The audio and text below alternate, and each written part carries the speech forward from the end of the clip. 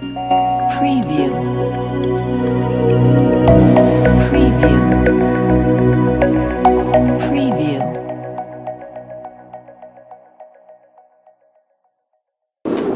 Voilà, donc je suis apparenté à Senghor par la lignée maternelle. Pour les serreurs, je suis donc Tabo. Le type Tabo. Vous comprenez?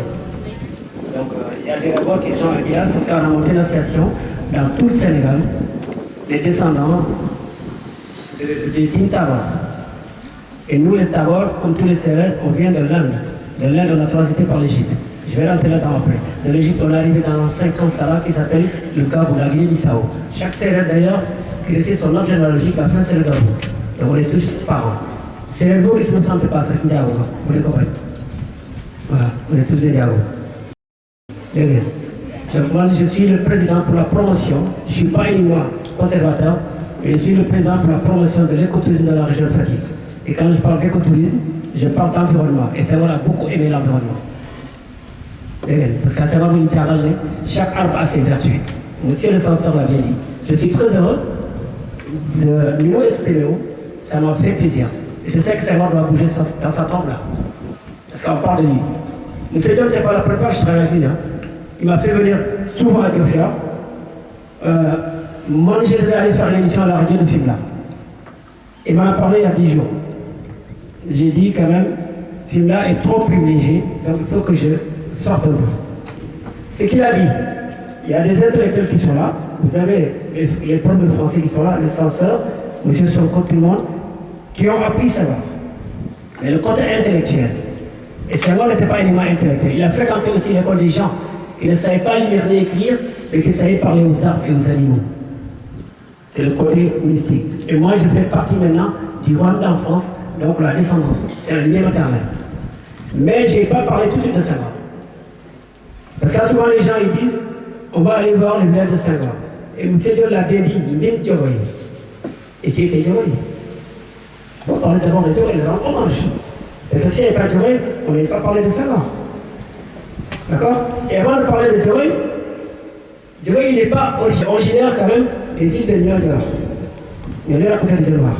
Et à Niodior, il n'a jamais eu de catholique. Et comment il s'est retrouvé à devenir basile? Donc c'est ce qu'il a dit jeune.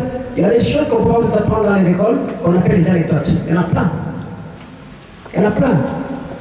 Et même pour les intellectuels qui ont lu Senghor, il y a un prénom qui revient beaucoup et qui est originaire de Gilas, c'est la famille Baroum. Je suis à Gilas, Moumor Ben Gilas. Parce que le père de Milan Baroum et aujourd'hui de Gilas, c'est Dien Gilas Baroum. Et la maison est là, je vais régulièrement. Et le lieu où dormait Milan Baroum, bien avant sa mort, est à Gilas, dans la maison familiale des Baroum. Je suis allé le voir. Parce qu'avant, je parle dans toutes les télés, j'étais à la RTS il n'y a pas longtemps, c'est eux qui viennent vers moi. Et les choses que j'ai dit à la télé, moi, je ne parle pas beaucoup dans les réseaux sociaux, ça j'aime pas trop. Mais à la télé, les journaux, d'accord, écrit, voilà, et télévisé, ce que j'ai dit, ça pousse aux gens, surtout les intellectuels, les thésards de Lucas, Massek Sac de Saint-Louis de Gigachar, Gaston Berger de Saint-Louis, de venir à Djilor. Celui-là, ils ignorent parce qu'ils ont posé l'information. Comme disait Senghor, pour me lire et me comprendre, il faut aller à la source. D'ailleurs, c'est pourquoi ils se comparent en Lamentin. Lamentin, moi, il est matissé. C'est retrouvé dans le préfectorat de Talissan. Là où vous habitez là, dans l'argent fatigue. Et pourquoi? Et pourtant, il doit vivre dans l'eau douce, parce qu'à ce moment-là, il doit vivre dans l'eau douce. C'est parce que la particularité du delta est que on a des sources d'eau douce. Bon, quand vous allez à Simal, la marée au bord de la mer, de Simal, du bras de mer, il y a de l'eau douce. Et chez Romanta, il passait par là. Vous arrivez à Djilor, en retour de la pharmacie. Quand la marée est haute, ça roule la berge. Et quand la marée descend, marée basse, fin dormi envoyé l'eau, quand vous creusez avec la mer, vous avez de l'eau douce, l'autre ne se donne. Donc, je rends hommage à Djidja Selbe Faye. Parce qu'à Djilor, c'est un village des enfants qui a été fondé en 1530. Il a été fondé en 1530 par Djidja Selbe Faye. Et Djidja, c'était un dissident du roi du Sine, c'était un prince, parti de Néran à côté de Fatick, Faye.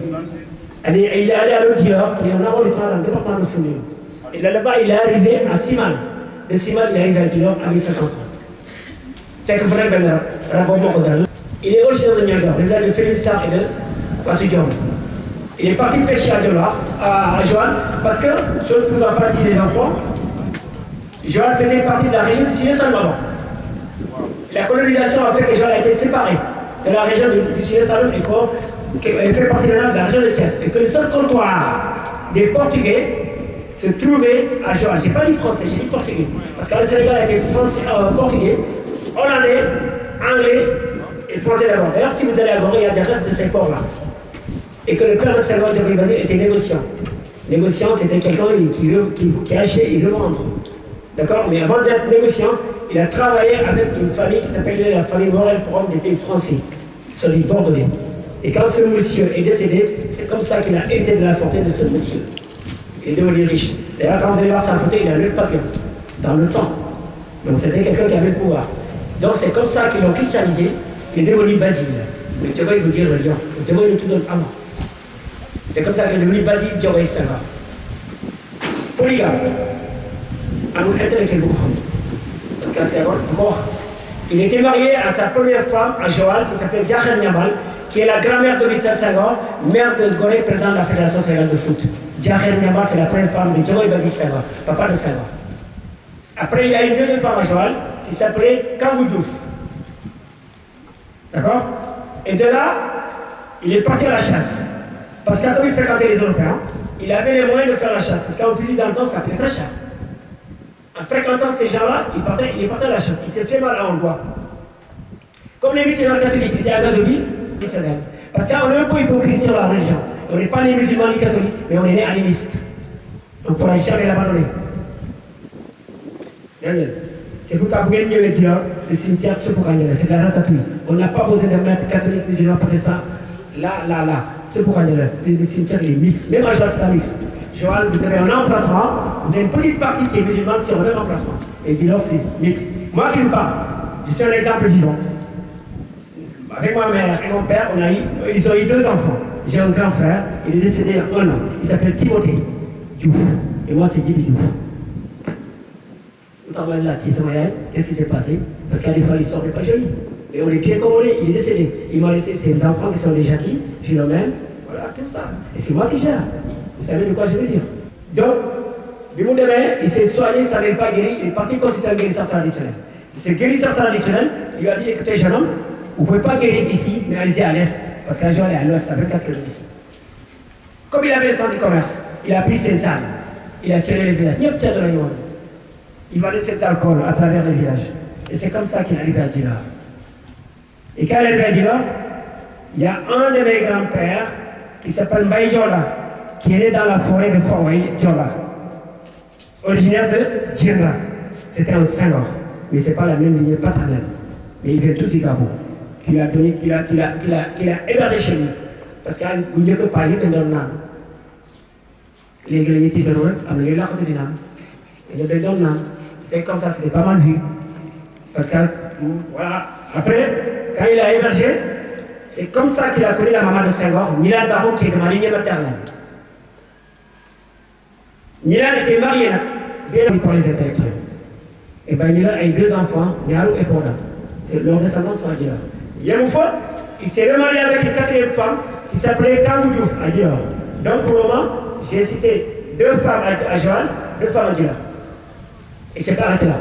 Il a une 5e femme à Gorée, c'était la signare Georgia. Donc en gros les enfants, notez ce que je vous dis là, c'est des anecdotes. Diogoye Basile avait 5 femmes et 41 gosses. Il comme intellectuel Hollywood. Il avait 5 femmes et 41 gosses. Donc 2 à Dillor, 2 à Joal et à Gorée. Vous avez la chance que je vous ai donné les prénoms. Et Senghor a occupé la 24e place parmi les enfants de Diogoye, les 41. Mais Senghor n'a jamais été contre la polygamie plutôt. Parce qu'il a dit s'il n'y avait pas la polygamie, peut-être qu'il ne serait pas né contre la polygamie. Mais la polémique, c'est pas ça. C'est pas ça, la polémique, c'est pas ça. La polémique est que tous les intellectuels, ils ont comme date de naissance le 9 octobre 1906. Mandek Marguerite Taï, mais cette date, elle est fausse. Cette date, elle est fausse. Senghor n'est pas né le 9 octobre 1906. Mais c'est la date qui est sur les papiers officiels. Vous m'entendez bien? Si jamais vos professeurs vous donnent un devoir à faire concernant la date de naissance de Senghor, vous êtes obligé de mettre le 9 octobre 1906 comme date de naissance. Mais c'est une date qui est archi fausse. Et pourquoi? C'est le pourquoi que vous devez savoir. mon tax ma ñëw fii le pourquoi est que tout en étant catholique avoir 41 gosses quand même on l'a pas empêché d'aller à l'église parce qu'un homme à 45 femmes war a toog dem église mais comme toi bëriwuñu woon ay talibé ils l'ont accepté donc qu'est-ce qu'il fallait faire? Il a baptisé ses enfants. Il avait des amis à Djilor Diomaye Basile mais ils n'étaient pas nombreux mun naa la ñu ba ñu ñëw nekk ay catholiques comme ñoom mais ces gosses là fallait faire un regroupage une fois par an pour les amener à Joal pour les baptiser parce que les routes n'étaient pas bonnes et qu'il fallait faire un petit regroupage parce qu'il y a beaucoup de gens. Donc c'est vrai. Et que imaginez que ñoom lire nañ Senghor bu bëri y a Toko Wali qui revient l'oncle de Senghor sa fille aînée à Djilor elle est vivante donc c'est une preuve vivante. Lu tax nag on lui a donné quand même la date du 9 octobre 1906 et que cette date est fausse ndax lan parce que les enfants regardez là vous êtes plus de 41 mais bu ngeen bokkoon nawet bàyyi ñeen ñëpp nekk 41 vous n'êtes pas proche de votre père. Vous allez être proche de vos mamans. C'est pourquoi on dit que la tribu sérère est matriarcale, parce qu'un enfant chez les sérères et les Toucouleurs est reconnu et on le reconnaît par sa mère, dont la lignée maternelle. Donc, il y a une bonne méthode, quand même donné, Nijaï. Ça revient au Nijaï de s'occuper de l'éducation de son héros. Parce qu'à Domou Yako, Domou Yaïla, mais vous barrez, Domou Yako. Donc, Nijaï, Tokowale a pris en charge son neveu Senghor en l'emmenant dans les champs, garder les troupeaux. Hein, faire la lutte comme tous les jeunes serres. Senghor n'a jamais appuyé le français, même si son père était bourgeois. Il n'aimait pas la vie bourgeoise, il faisait des films dans la maison de Senghor, dans la maison de Jokalante. Il faisait des films. Loolu taw da ngay dem faral ci Tokowale di nga di jabaram Tokowale boo doon tëdd li ñu mel di wax.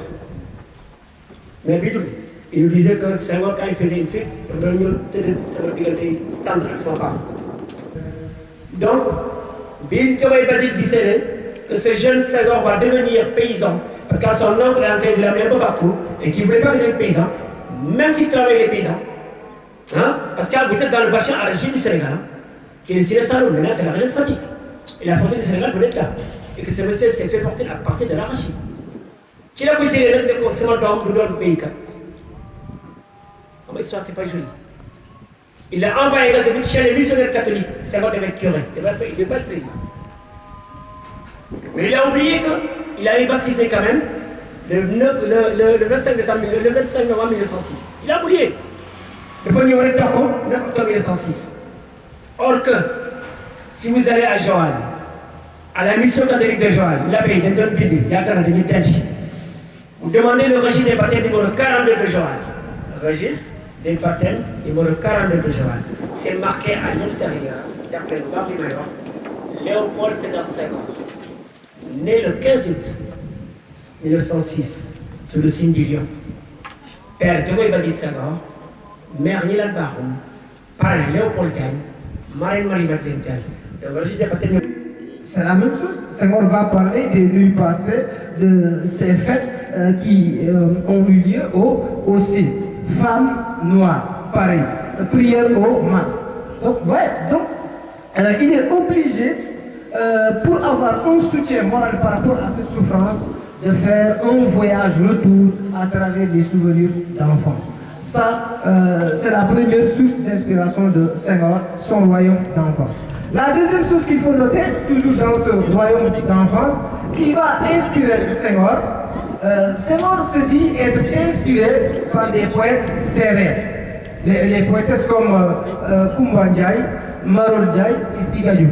Lui-même, il les appelle mes trois grâces. Senghor disait mes trois grâces, les poétesses populaires de mon village. Koumba Ndiaye, Marol Ndiaye et Siga. Oui, Senghor l'a dit. Il dit j'écris d'abord pour mon peuple. Et cela, vraiment, c'est une question d'enseignant qui revenait tout le temps à Senghor. Lui-même, à la limite, il s'est expliqué. Il dit, qu'est-ce qu'il dit? Il dit, et puisqu'il faut m'expliquer sur mes poèmes, je confesserai encore que presque tous les airs et choses qu'il évoque sont de mon canton. Quelques villages sérères, perdus parmi les tannes, les bois, les bolons et les champs. Il me suffit de les nommer pour revivre au royaume d'enfance. Le deuxième axe, c'est quoi? C'est que le retour au royaume d'enfance ne s'est pas fait de manière gratuite, de manière fortuite. Le royaume d'enfance est un espace d'identification, est un espace de reconnaissance. Donc, avant tout, d'abord, il faut se connaître. Avant, si on ne se connaît pas, on ne peut pas connaître l'autre. Donc c'est pour cela Senghor, d'abord la première des choses, il a très bien compris cela, retour aux sources, retourner au royaume d'enfance pour qu'il puisse faire ce pèlerinage culturel. À partir de là, maintenant, il peut répondre à la civilisation du donner et du recevoir, la civilisation de l'universel. Le deuxième axe de la négritude, c'est quoi? C'est la réhabilitation des valeurs culturelles du monde noir. Donc, puisqu'il connaît maintenant les valeurs du monde noir, il va les réhabiliter. Donc, Senghor est revenu pour réhabiliter les valeurs et la culture du monde noir.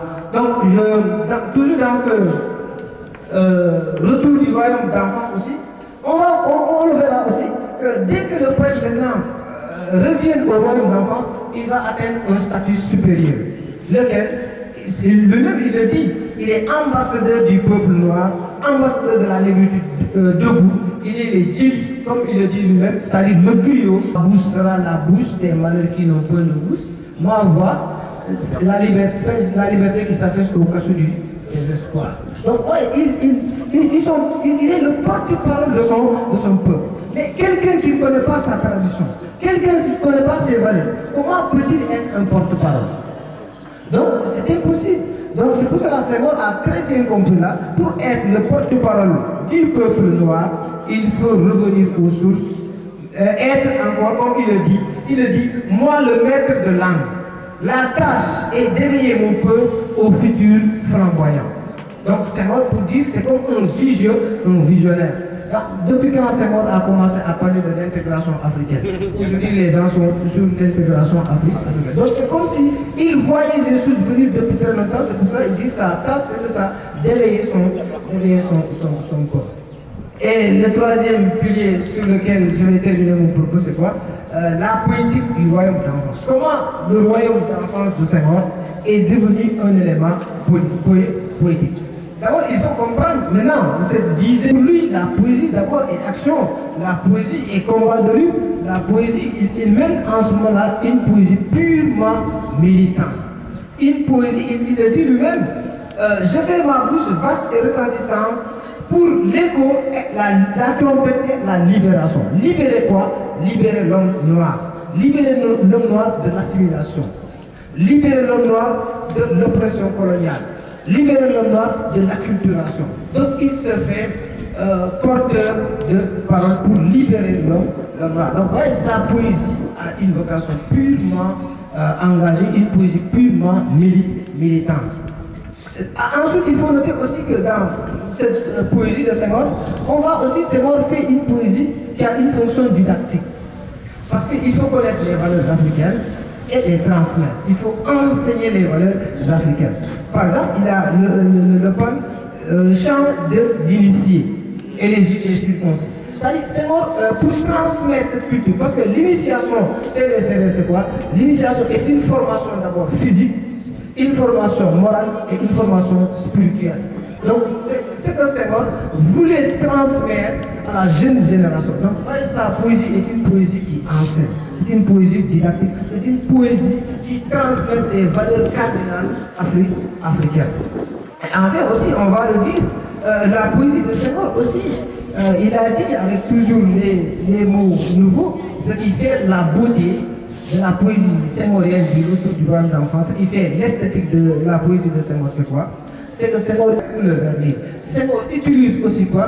Senghor utilise les mots sérères dans sa poésie. Donc le français sera enrichi par les mots sérères qui ont vraiment une connotation symbolique extraordinaire. Donc ça fait aussi la beauté de ce texte.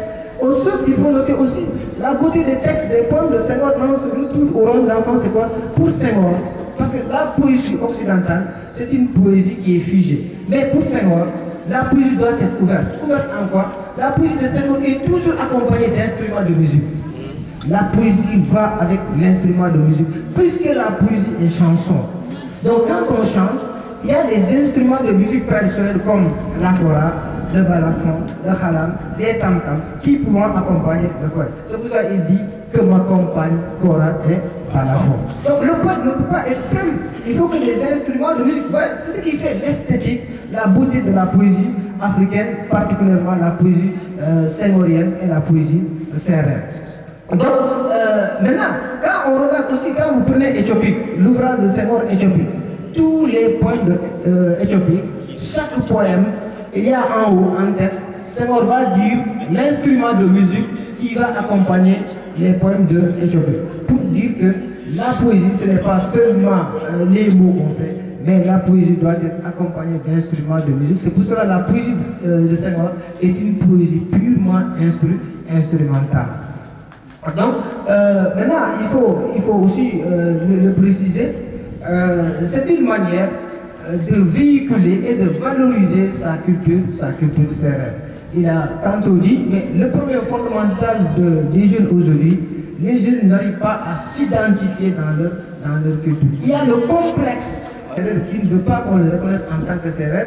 Je pense qu'ils n'ont rien compris de la pensée de Senghor. Chacun doit être fier de sa culture, chacun doit être fier de ce qu'il est.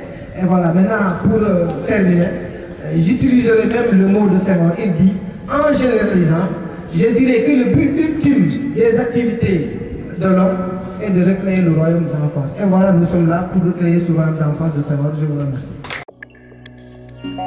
Preview.